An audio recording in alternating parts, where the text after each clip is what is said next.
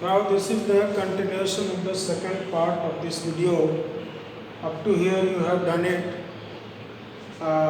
Dipole moment mu L equal to mvr by 2m. The angular momentum of electron L equal to mvr. mv linear momentum into radius distance. Now mu L equal to mvr, in place of mvr you write L e by 2m, and here negative sign, put the negative sign. That negative sign represents that the dipole moment and the angular momentum both are in opposite direction. And now use the Bohr postulates. Angular momentum of electron is integral multiple of h by 2 pi, where h is called Planck's constant. So mu L equal to dipole moment, from here mu L equal to L e by 2m. So L value is nh by 2 pi and e by 2m. So this is equal to NEH by 4 pi m. So dipole moment, another formula is NEH by 4 pi m. So if you put n equal to 1, this is for the minimum orbit, first orbit. So that if you put n equal to 1, so you will get the minimum value of dipole moment. So minimum value of dipole moment by putting all this value, Planck's constant value and charge on electron value, mass on electron value. If you put all this value, you will get minimum value of dipole moment 9.27 into 10 power minus 24 ampere meter square, and this is called Bohr magneton. So Bohr magneton is the minimum value of dipole moments. Note down first.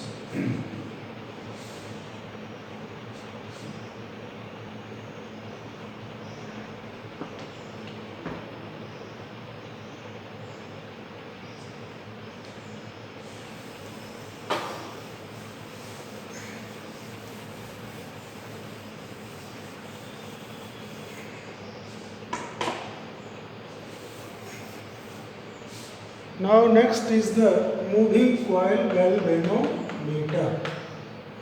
Moving coil galvanometer. Moving coil galvanometer. Moving coil galvanometer, that is used to detect the presence of current. To detect the presence of current in a conductor. This is the function of galvanometer. It is not used to measure the current. Why it is not used to measure the current? Because current is, the galvanometer is a very sensitive instrument. It shows the full scale deflection.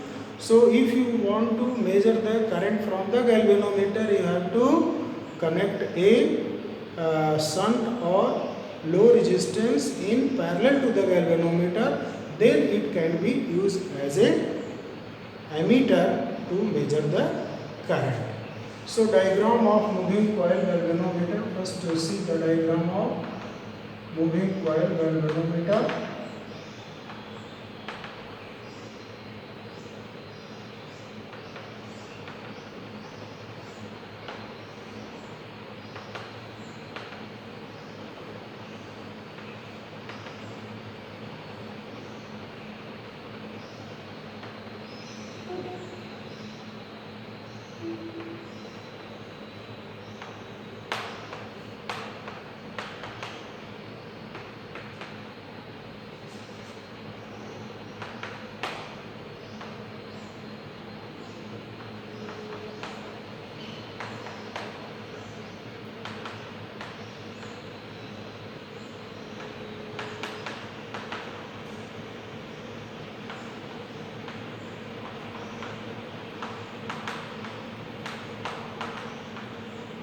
This is phosphor branch strip or suspension fiber, and this is a torsional head.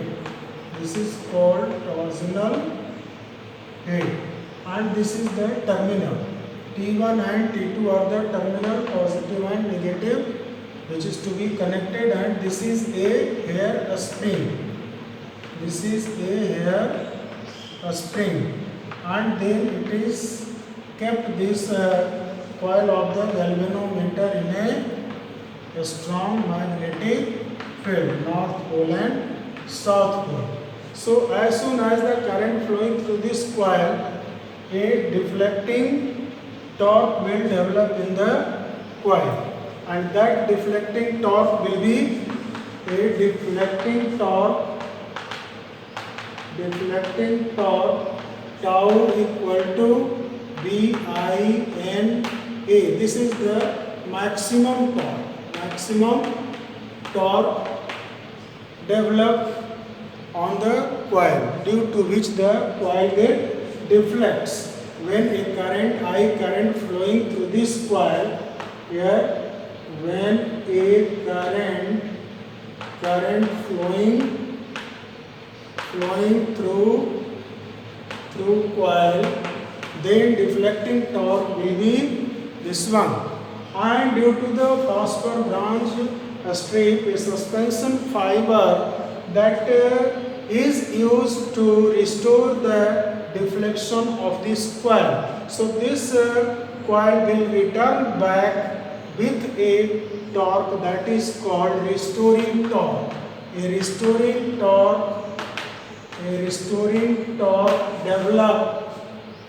developed due to suspension fiber.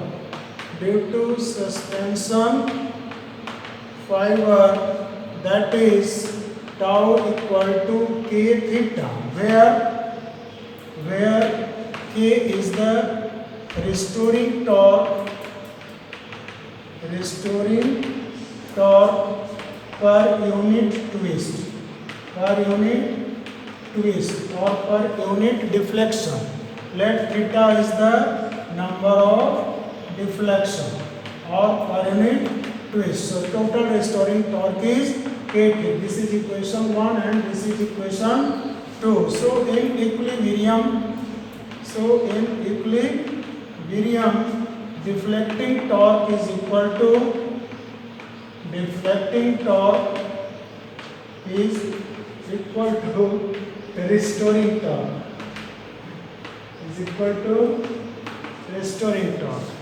So therefore BINA equal to k theta. Therefore find out current I equal to k by BNA into theta. This is a constant term, so you can write I equal to capital G theta, where capital G is called galvanometer constant. So this is a galvanometer constant, and its value is k by BNA. So from this expression it is very clear that the current is directly proportional to deflection produced in the coil. Current is directly proportional to deflection produced in the coil. That concept is used to calibrate the linear scale in the moving coil galvanometer. So this is the important concept which is used to draw the scale in the galvanometer. Now principle of moving coil galvanometer. Principle of moving coil galvanometer is whenever a current flowing through the coil, then a torque develop in the coil. This is the principle of galvanometer. Principle of galvanometer is when a current flowing through the coil, a torque develop on the coil. And that torque will be BINA sin theta, where theta is 90 degree. Then maximum torque will be equivalent to BINA A, where N is the number of turns of coil, I is the current, A is the area of the coil. So note down this one first.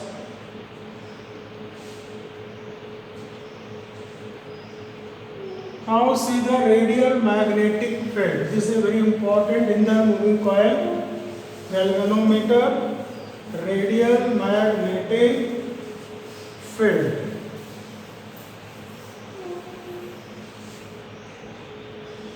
Radial magnetic field.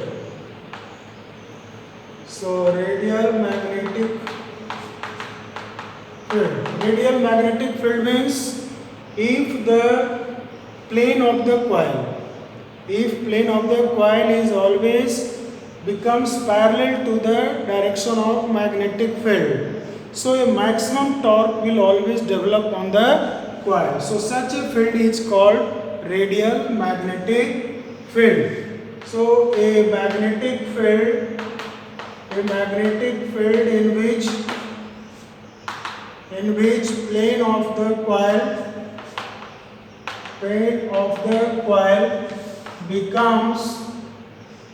becomes parallel to the direction of magnetic field. So such magnetic field is called radial magnetic field. This is a radial magnetic field. Radial magnetic field can be obtained by constructing a concave shape of the magnet. If you construct a concave shape of the magnet, then a radial magnetic field will produce. So this is the radial magnetic field. So in this radial magnetic field, the coil is always parallel to the magnetic field. The coil is always parallel to the magnetic field. So this is the radial magnetic field. So plane of the coil is always, this is the radial magnetic field. Radial magnetic field, and this is the coil, plane of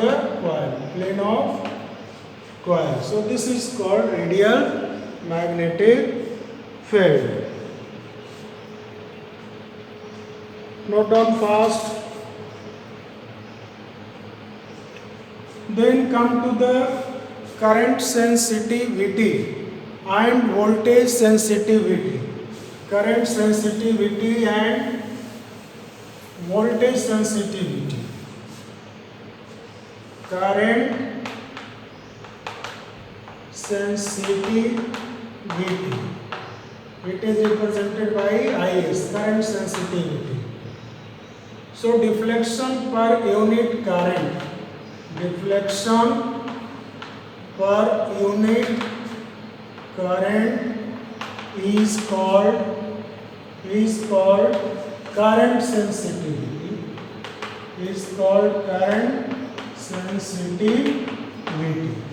That is Is equal to theta upon I. Is equal to theta upon I, and put the value of theta NBIA upon K. So this is NBIA upon K and into I, so that I cancel. You will get NBA upon K. So you are getting current sensitivity Is equal to NBA upon K. So current sensitivity is directly proportional to the number of turns of the coil. It is also directly proportional to magnetic field. It's also directly proportional to area of the coil and inversely proportional to restoring torque per unit twist. So this is called current sensitivity. So SI unit of current sensitivity, SI unit of current sensitivity is radian per ampere. radian per ampere. This is the SI unit of current sensitivity. Similarly, voltage sensitivity. You find the voltage sensitivity. Voltage sensitivity. Voltage sensitivity. Yes, voltage sensitivity. This is the deflection per unit volt per unit voltage applied. Per unit voltage applied. So Vs equal to theta upon V, and put the value of again theta equal to NBI upon K. So this is NBI upon K into V. Here put V equal to I R. So Vs equal to NBI upon K into I R. I cancel. So this is NBIA. This is NBIA. So this is NBA upon KR. So voltage sensitivity NBA upon KR. So voltage sensitivity is directly proportional to the number of turns, directly proportional to magnetic field, area, inversely proportional to restoring torque, and inversely proportional to radius of the coil. So this is the voltage sensitivity. Unit of voltage sensitivity, SI unit, is radian per volt. This is the voltage sensitivity of galvanometer. Note down fast.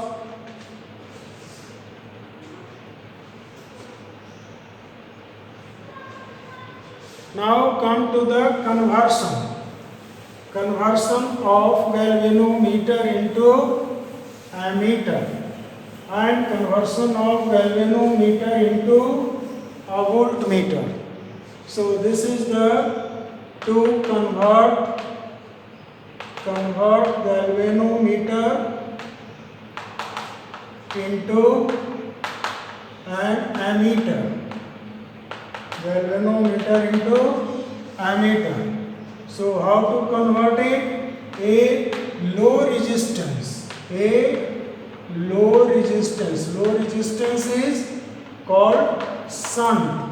A low resistance is connected in parallel to galvanometer. In parallel to galvanometer, then it changes into ammeter. It changes into ammeter. So this is the galvanometer, and a low resistance S is connected to the galvanometer. So this is the point A, this is point B. Let I current is flowing through it. This IG current through galvanometer, I small g. So rest of the current will flow through it, I minus IG. So potential across galvanometer is equal to potential across shunt. Potential difference across G means galvanometer is equal to potential difference across shunt. So here potential difference across galvanometer, current into Ig into G. G is the resistance of galvanometer, capital G.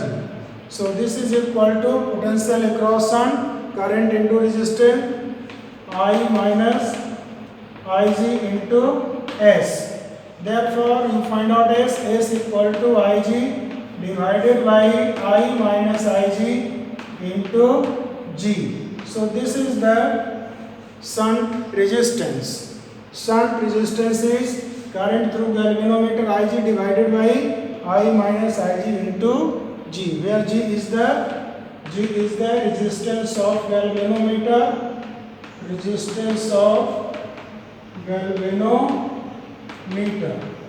and S is the shunt resistance. So total resistance of this galvanometer, effective resistance or equivalent equal to G into S by G plus S, because both are connected in parallel. So this is the effective resistance. Now you can change galvanometer into voltmeter. Now change galvanometer into voltmeter. So how to change galvanometer into voltmeter? A high resistance is connected in series with galvanometer, then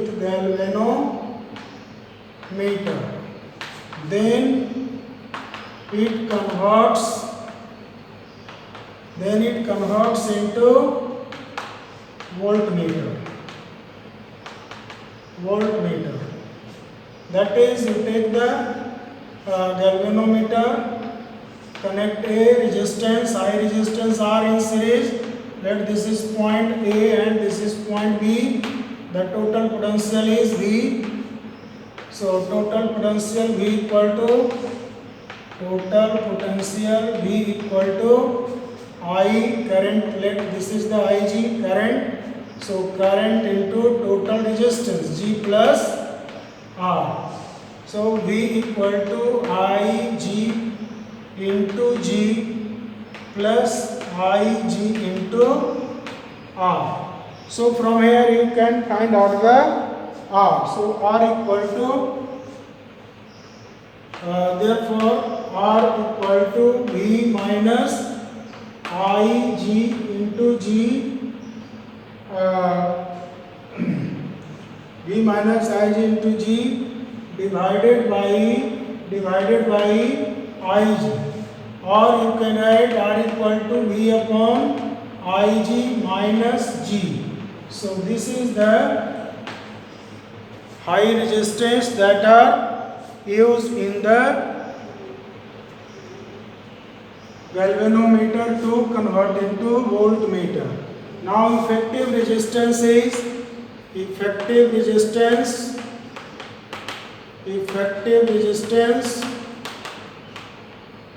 R equivalent is equivalent to capital G plus capital R. This is the total resistance of entire circuit.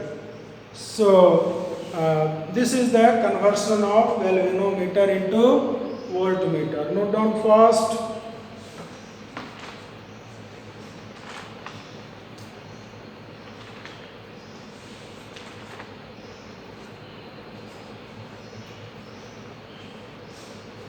So now come to the next force between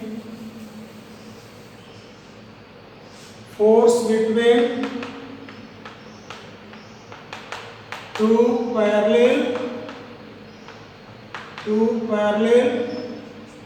current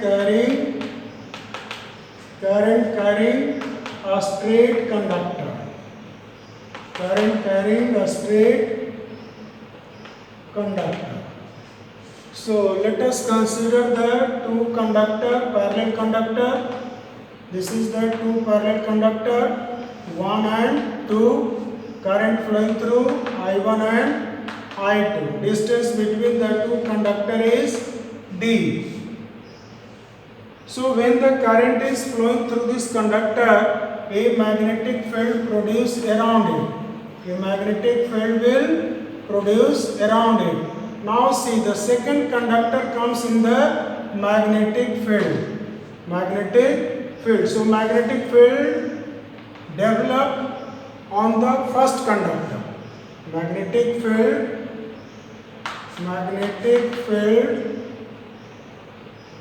due to current I1 flow in conductor 1. B equal to mu naught I1 by 2 pi d. Mu naught I1 by 2 pi d. This is the magnetic field produced. And now see, the now second conductor is in the magnetic field of first conductor. So a force develop on this conductor, this direction. So a force develop on the conductor F2. So force develop on current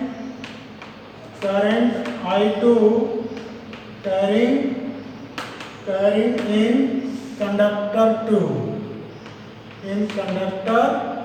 2. So force F equal to, use the formula B I to L, where L is the length of conductor. This is equation 1 and this is equation 2. F2 is the force developed on the conductor. So from equation 2, F2 equal to B I to L. Put the value of B, mu naught I1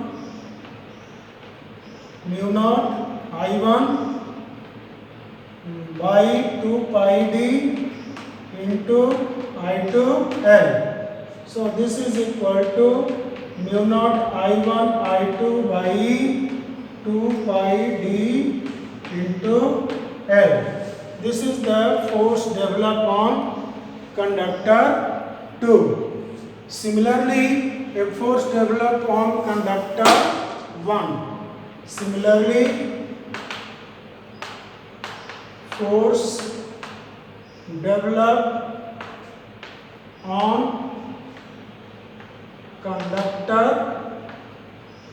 1.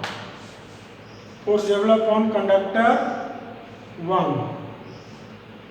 So this is the force developed on conductor 1, F1. So F1 equal to B I1 L, and magnetic field B equal to mu naught I2 by 2 pi d.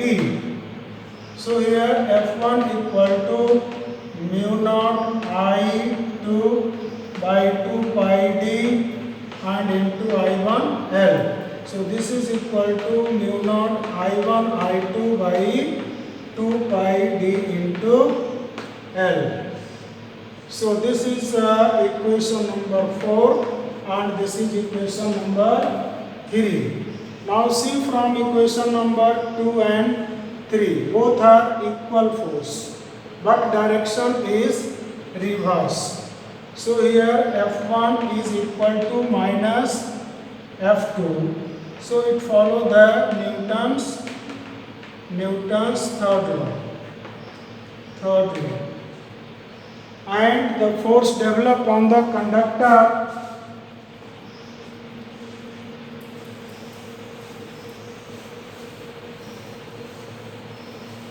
so the force between the two conductor,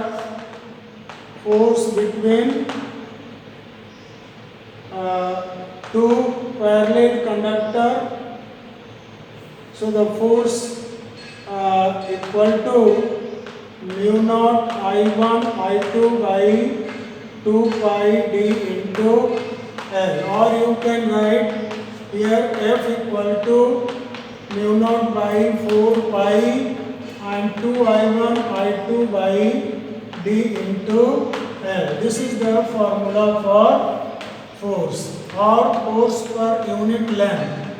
You can find out force per unit length, that is F by L. So this is equal to mu naught by 4 pi and 2 I1 I2 by d.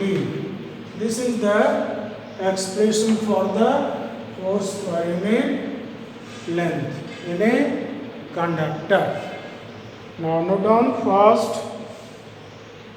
Now you can define the 1 ampere current from here. You define 1 ampere current. So how to define? If put here I1 equal to I2 equal to 1 ampere, D equal to 1 meter, then force per unit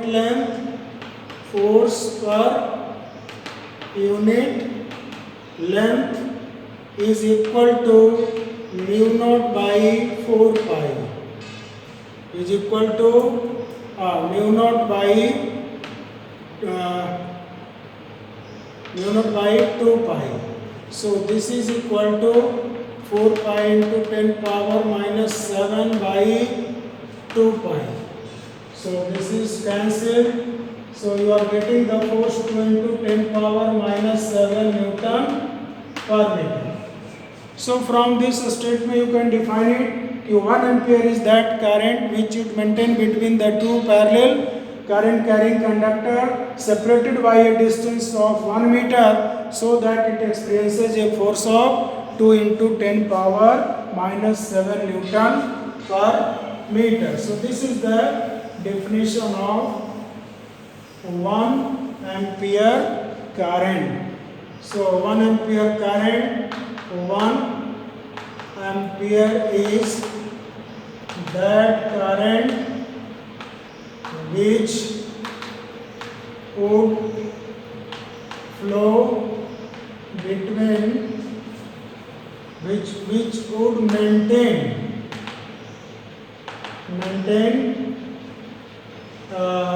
between two parallel conductor separated by distance of 1 meter, so that it experiences a force of 2 into 10 power minus 7 Newton per meter. So this is the definition of 1 ampere current. 1 ampere current you can define it. And note down fast.